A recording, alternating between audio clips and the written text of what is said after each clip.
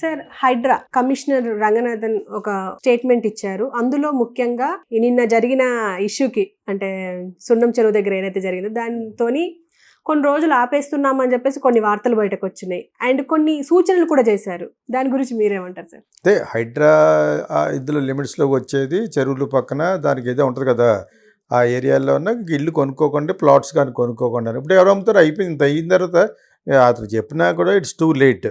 So హైడ్రాన్ని ఆపేస్తారంటే ఆపితే అప్పుడు you have to pay Nagarjuna. Cool చేసిన డబ్బులు కట్టేయండి. కట్టేస్తే వాళ్ళు ఎంత ఫైన్ వేయాలో ఇలా కట్టినందుకు గాను డబుల్ ద ట్యాక్స్ వేయటం అటువంటివి చేయండి. అంతేగాని ఇప్పుడు అంతా కూల్ చేసిన తర్వాత నాగార్జున మొట్టమొదటి ఇవ్వాలి. ఇంకా ఫ్లాట్స్ కూల్ చేశారు. అది జరగదు. హైడ్రా ఆపడం జరగదు.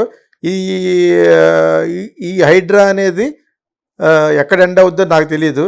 ఇది రేవంత్ రెడ్డికి మంచిగా జరుగుద్దో చెడ్డ జరుగుద్దో అనేది నాకు I have my own doubts. ఎందుకంటే ఇది కొంచెం వైపరీత్యంగా వెళ్ళిపోతుంది. It is taking a bad shape on middle class people. Middle క్లాస్గా కట్టుకున్న వాళ్ళు కట్టుకోకట్టుకు ఇల్లు ఎప్పుడు కట్టుకుంటారు? ఇల్లు ఎప్పుడు కొనుక్కుంటారు? ఫ్లాట్ ఎప్పుడు కొనుక్కుంటాడు? వాడు బాగా సెటిల్ అవ్వాలనుకునేదంటే ఫస్ట్ చేసేది ఎవడో ఈ రోజుల్లో ఫ్లాట్ కొనుక్కుంటాడు, ఇల్లు కొనుక్కుంటాడు, స్థలం కొనుక్కుంటాడు. ఎక్కడో దూరంగా ఉన్న స్థలాలు ఎందుకు కొనుక్కుంటాడు? లేకపోతే తన కూతురికి కట్టేద్దామని చెప్పేసి కొనుక్కుంటాడు. నాకు తెలిసిన జీవిత సత్యం ఇదే. ఎక్కడో ఎందుకు కొనుక్కుంటాడు? ఈ పిల్లలు పెద్దవాళ్ళు అయ్యేటప్పటికి అది పెరుగుద్ది. అది ఆ 2 స్థలాలు ఈ అమ్మాయికి, 2 స్థలాలు అమ్మాయి అలా కొనుక్కుంటారు. ఆ అమ్మినాడు ఎవడు ఇటువంటి వాటిలో బఫర్లో జోన్లో ఉన్నదో అమ్మేశాడు అనుకో, వీడేం చేస్తాడు? వీడికి మీరు ఏదైనా దారి చూపించిన ద్వారా చెయ్యాలి. అదే దారి పెద్దవాడికి చూపించాలి. నాగార్జునకి చేస్తూ 100 కోట్లు కట్టు. ఇప్పుడు వరకు సంపాదించిన దాంట్లో 1000 కోట్లు ఉంటుందట. అందులో 20% కట్టు మాకు. కట్టి ఇప్పుడు ప్రజెంట్గా నీ ఓన్ చేసుకోవాలనేది కట్టునేమో. పెద్దవాళ్ళందరూ కట్టుందరు. అప్పుడు పర్పస్ సర్వ్ అవ్వట్లేదు కదా. హైడ్రా యొక్క మెయిన్ ఉద్దేశం ఏంటి? చెరువులను మళ్ళా బ్యాక్ టు పూర్వవైభవం తెచ్చి ఈ నీళ్ళంతా అక్కడికి వెళ్ళే ఉద్దేశంతో హైడ్రా గాన్ని పెట్టుంటే అప్పుడు ఆపకూడదు. రామోజీ ఫిలిం సిటీలో కూడా చెరువుల పక్కన ఒక చెరువు కొనేసాడు ఆయన. ఆ చెరువుకి ఎవరిని వెళ్ళనివ్వడు. పబ్లిక్ కోసం పెట్టిన చెరువులు అయినాయి. చాలా బాగుంటుంది అది.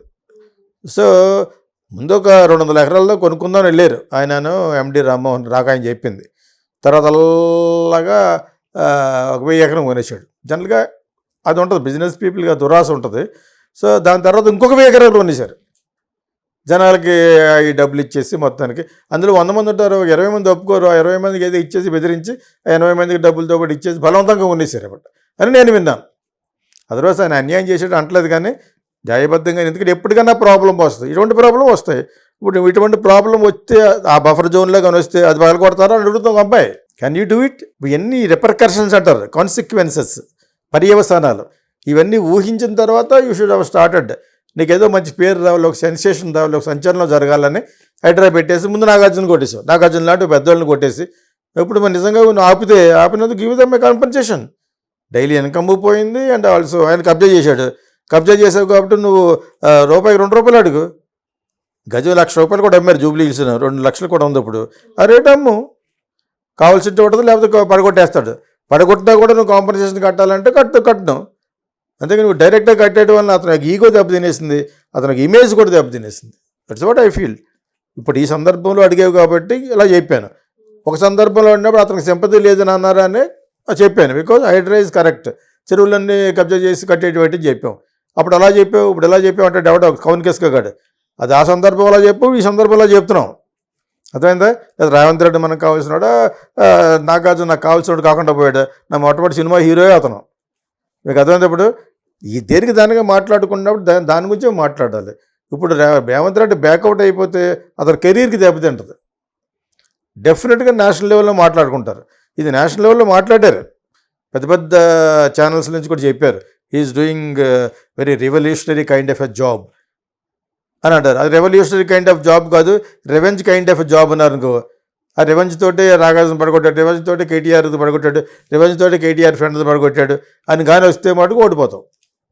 కాంగ్రెస్ దెబ్బ వస్తుంది. ఈలోగా నిన్ను మారుస్తారు. అప్పుడు మరి ఒకప్పుడు మార్చరా అన్నారంటే ఒకప్పుడు మార్చడం నువ్వు చేసే పనులు బట్టి ఉంటుంది. ప్రతిరోజు మన దినచర్యలో చేసే పనులు మంచి జరిగితే మంచిగా ఉంటుంది పార్టీలోనూ.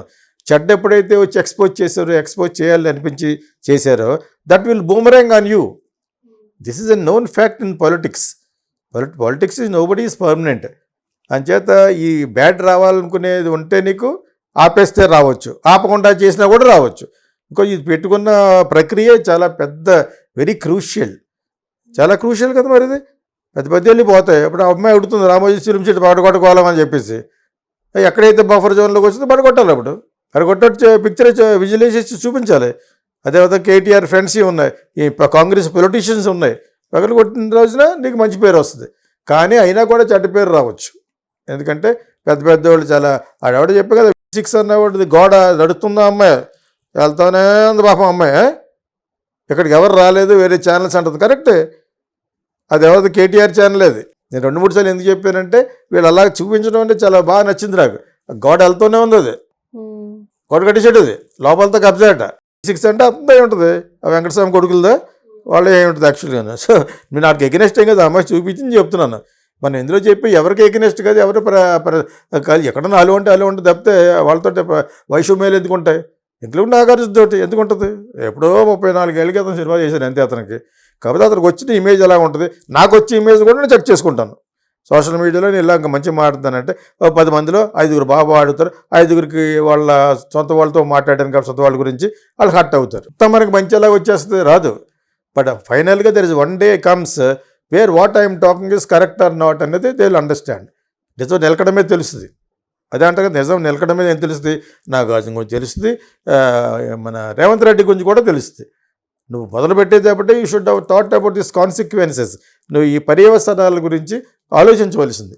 ఇప్పుడు డెఫినెట్గా పీక్ మీద కత్తి పెట్టేప్పుడు పెట్టుకున్నాడు. ఇది రంగనాథ్ అన్నాడు రమ్మంటే రంగనాథ్ పిల్లలు ఎవడు రమ్మన్నా వస్తాడు. ఎనీ అడ్మినిస్ట్రేటివ్ ఆఫీస్లో చదువుకున్నా కూడా ఎవడో ఐఏఎస్ కానీ ఐపీఎస్ కానీ రమ్మంటే ఎక్స్పీరియన్స్డ్ పర్సన్ కావాలంటే వస్తాడు. కొంచెం ధైర్యంగా ధైర్యం ఏముంది, అతని మీద ఎవరైనా వస్తే జనాలు పోలీసులు వస్తారు, సైన్యం వస్తుంది. అంతే తప్పితే ఒక ఆఫీసర్ చేస్తుంటే అతన్ని ఏం చేయరు. పోలీసులు 100-200 మంది వెళ్తాడు, అతనికి ఏం భయం ఉంటుంది యాక్చువల్గా. ఎనీ ఆఫీసర్కి ప్రివిలేజ్ ఇది. ఇలా చేయటం అనేది ఒక మంచి పేరు వస్తుంది దానికి.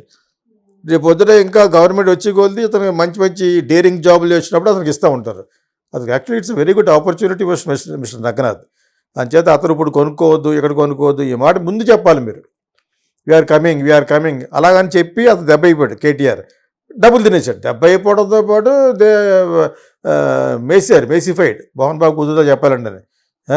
They massified so much of wealth. అంచేత అది నువ్వు అలా చేయకుండా డెఫినెట్గా హైదరాబాద్కి న్యాయం చేద్దాం. సిటీ ఆఫ్ లేక్స్ ఇప్పటివరకు నేను వెన్నిస్ అనుకునేవాడిని. అది చిన్నదే. వెన్నిస్లో కార్లలో నడుచుకుంటూ వెళ్ళాలి. స్టేషన్ రైల్వే స్టేషన్ ఉంటుంది, ఎయిర్పోర్ట్ ఉంటుంది, అంతే. మేము ఒకసారి వెళ్ళి రోమ్ నుంచి బ్యాక్ వచ్చాం వెన్నిస్కి చూద్దామని చెప్పేసి. You have to walk. దీన్నే ఫుల్గా సెటిల్ వేసి తీసాడు సంజయ్ లీలా బన్సాలి, మన రిషి కపూర్ కొడుకుని పెట్టి ఫస్ట్ సినిమా సావరియా అని. That's full of Venice. అలాగే ఇది సిటీ పెద్ద సిటీ, వెన్నిస్కి 10 రెట్లు ఉండే సిటీ కాబట్టి ఆ సిటీ ఆఫ్ లేక్స్ అంటే నాకు మొన్నటి తెలియదు. నాకు హైదరాబాద్ సిటీ ఆఫ్ లేక్స్ అని అన్ని లేక్స్ ఉన్నాయట. అవన్నీ కూడా కనపట్లేదు. ఎందుకంటే బికాజ్ దీస్ కబ్జాఫైడ్ పీపుల్ ఉంటారు కదా, కబ్జాదారులు, వాళ్ళు ఆక్రమించారు. నేను ఖాళీ చేయిస్తాను, మళ్ళా చెరువులన్నీ ఉంటే infrastructure for the flowing water సరిపోద్దని ఈయన అనుకున్నాడు. నిజంగా అదే మంచి ఉద్దేశంతో చేశాడా, లేదా కేటీఆర్ చాలామందికి ఫ్రెండ్షిప్ అయిపోయి వాళ్ళందరికీ చేశాడా, వాళ్ళ గురించి చేశాడా అనేది people of Hyderabad, people of Telangana must judge. అంతేగాని మధ్యదాకా సోషల్ మీడియా వాళ్ళు ఏం చేశారు, don't blame social media. Honourable chief minister Revanth Reddy, that's all. Anybody has to take it.